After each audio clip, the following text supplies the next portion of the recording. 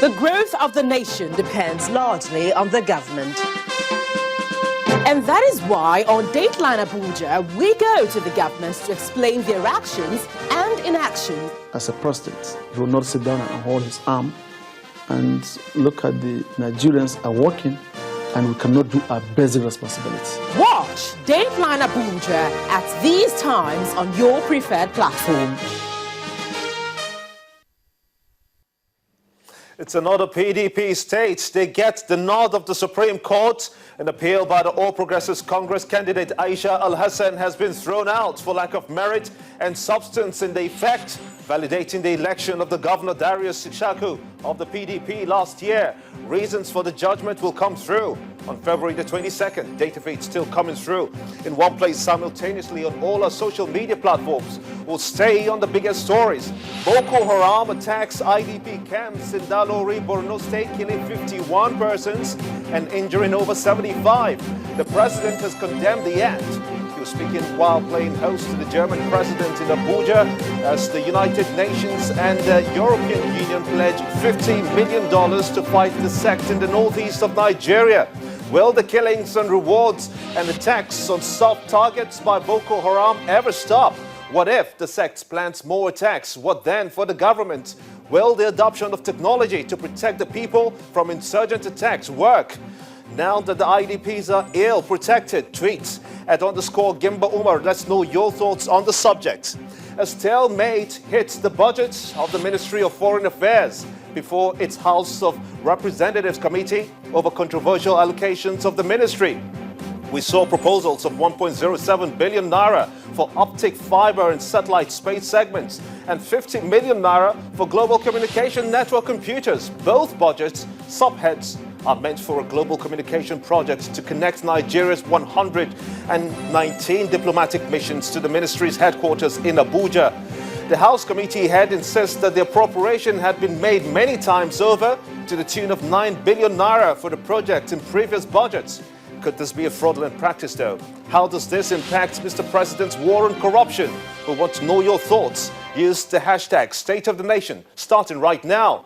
Now, one of the biggest political stories we are following at the moment says that the Court of Appeal has voided the impeachment of the former Adamawa State Governor Murtala Nyako by the state lawmakers. We will go live to Adamawa State to speak with Modibo Bakari. He's the lawyer of the former governor, Murtala Nyako. We'll also get the interpretation of the court's judgment. Emeka Ngige, senior advocate of Nigeria, joins us much later in just a moment. It's prime time in Lagos, and this is State of the Nation.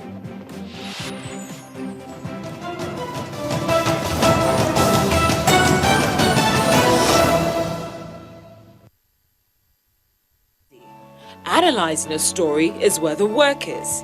On Network Africa, we don't just tell a story, we dig deep, touching on the various subject matters ranging from politics and policies to talents and technology to challenges and celebrations, bringing you the latest on what shapes Africa. That's because Africa is not only our own, but our passion. Network Africa, bringing Africa to the world.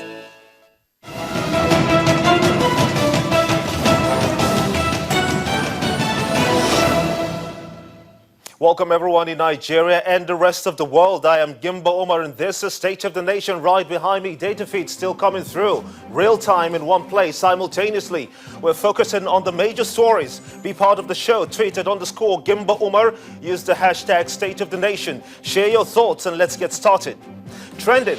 The 45% increase in electricity tariff with effect from February the 1st, 2016 is unsettling for many Nigerians, especially consumers paying with estimated bills. Under the new power tariff regime, electricity consumers in R2 class, said to be under residential areas, will pay 24 naira and 30 kobo per kilowatt. In Abuja, Benin, 24 naira and 8 kobo. In Enugu, 27 naira and 13 kobo. In Ibadan, 23 naira and 9 kobo. In Jos, the Plateau State capital, 26 naira and 93 kobo. In Kaduna, in Nigeria's northwest, 27 naira and 36 kobo. And 28 naira and 5 kobo, respectively. Now, these three phases, while the government the Nigerian Electricity Regulatory Commission, the NERC, said that the increase in the tariffs will enhance service delivery and customer satisfaction. Distribution of prepaid meters to consumers in order to stop estimated billing system has not been done for years now. How will this sail through?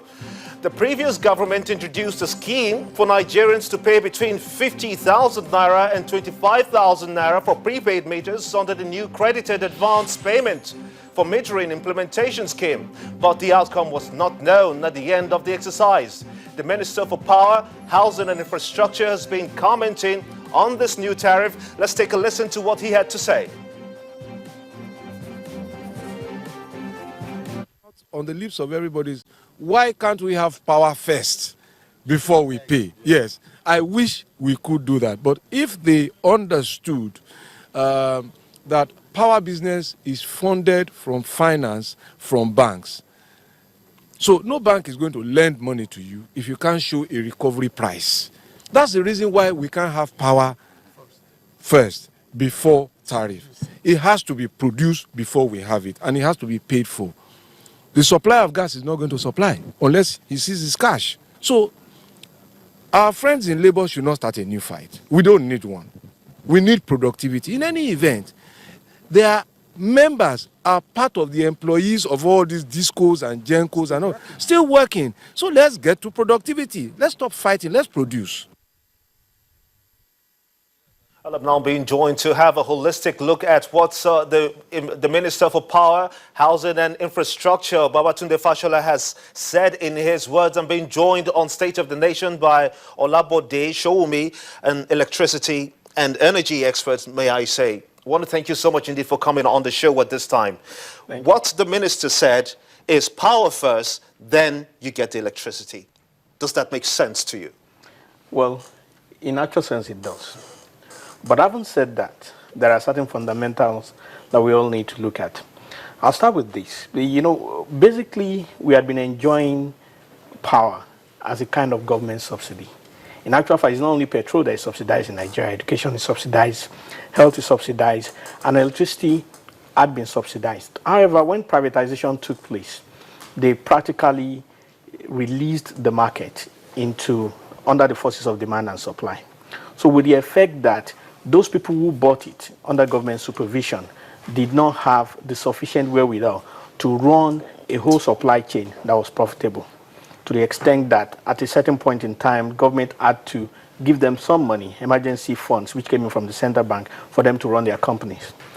And subsequent to that, which cannot be an effective practice, I mean, if privatization is really the case, what had happened up until the point of the increase was that the discos, none of them claimed to have run profit. And they were threatening a force majeure, which effectively meant that they could run bankrupt, and that would be a collapse of the power sector. Now, a collapse of the power sector is not in anybody's interest. It's not in our interest, not in government's interest, so certain things needed to have been done. But having said that, development has a number of dynamics. One of the advice that was given by the House Committee on Power, to the minister was that there should be a lot more interactions and collaborations, extensive reach out before the decisions were made. Sometimes when people know the effects of certain things and they are knowledgeable in those things, certain things could have been done. Then there are also other issues there which needs to be compared. Now, first of all, the discos say that they've not been making profit. They have not been audited since they started. You do not believe that the discos have been making profits? Is that what you're implying? No, I believe that they have not been making profit. I sincerely. So where does the money go? Where does the money that consumers pay, where does it go to? When the money comes to the disco, not all the money belongs to the disco. I think more than 50% does not belong to the discos. I mean, a part goes to the Transmission Company of Nigeria, which is responsible for the transmission infrastructure. A part goes to the generation companies, which provide the electricity. A part goes to certain industry players that are there, so effectively a percentage, some percentage. But the whole supply chain, the whole chain of the system is operating something they call a commercial loss. In which case, if they bring up a business plan for the power sector today, is not workable because it does not run profit. So the cost of generation, the cost of transmission, and the cost of distribution, when you plug it, does not tally with the price with which they sell it. So because the system is not profitable, they cannot get income to come in. Nobody can fund them for them to actually affect productivity in the sector. I mean, you don't take a business plan to a bank and the business plan does not bring out any profit, it brings out loss, and you tell the person to bring money in. It's a business. So there must be certain fundamentals of profitability, and those things are not there, which is why certain things in terms of the expectations of people of having meters and all those things cannot effectively work, because the industry was bleeding, and there was a need for certain things to be done. Those are the realities of the game. Now, that lacuna of having meters and the metering system seems to be a major concern for a lot of people. People are being billed on fixed basis. That's according to the PHCN, and some are getting the prepaid meters where they can make their bills through that metering system. What then in this situation do we have to do? Because people who paid 5,000 naira will be paying as much as 7,000 naira now, with a minimum wage of 118,000 naira. Well, first of all, there's no PHCN anymore. What we have is the discos. The discos. But I get your point. I mean, first of all, even before the tariff increase, there was a program which was run under the directive of NERC, the Electricity Regulatory Commission, called CAPME, which is advanced metering. So effectively what that means is that, I mean, the challenge is that the discos say that within 18 months they cannot meter everybody, which I don't believe is true, because the process of metering is a system. I mean, if they can bill people, they can meter them. That's just, it's a system, it's not a manual thing. But having said that, there are also complaints of funding and all those kind of things for that. But what NERC has said is that anybody who has the capacity, who provides the amount required for a meter, must be given a meter within, I think, 2 months or 3 months. And if the person is not given a meter within that period, that person cannot be given estimated bills. Now, if the person pays for that meter, it is not actually that he buys the meter. What now happens under the law is that the amount the person pays will be subsequently deducted from these funds.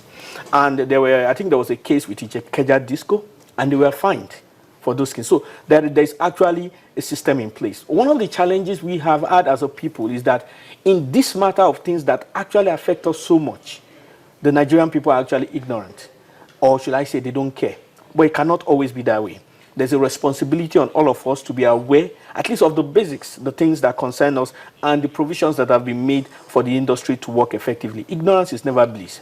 And now that we have this situation and protests have been staged just across the country and it seems to be continuing, what is your advice at this point to the consumers as against the unbundled units? Okay, I think the first thing is that they should demand for transparency and greater structure within the system. You know, yes, there is protest, but the protest, in as much as it may give short-term gains, can actually cripple and destroy the sector. Because if they are making losses, as they say, and the government has a limit to which it can give them bailout, if the industry collapses and everybody doesn't have power and everybody needs to only use generator, it's a totally different ballgame. So everybody's at a loss. So what the NLC themselves need to do is to say, these people are making these complaints. What structure do they have in place to verify the claims that they're making? I mean, there's what you call the AT&C losses. That's aggregate, technical, commercial, and collection losses. Those losses, which forms the basis of all the inadequacies in the system, form the bedrock of the new tariff, with the expectation that the inefficiencies within the system will be overcome. I'm afraid we're going to have to leave it there. Okay. I want to thank you so much indeed, Olabode Showunmi, an energy expert, for illuminating, of course, the challenge we're facing as a country concerning electricity tariff increases. Many thanks indeed for your time and your thoughts. You're watching State of the Nation. When we return, we're going to be looking at the Court of Appeals judgment on the Adamawa State situation, where Murtala Nyako's impeachment has been voided. We have that coming up just shortly after now. Join us again.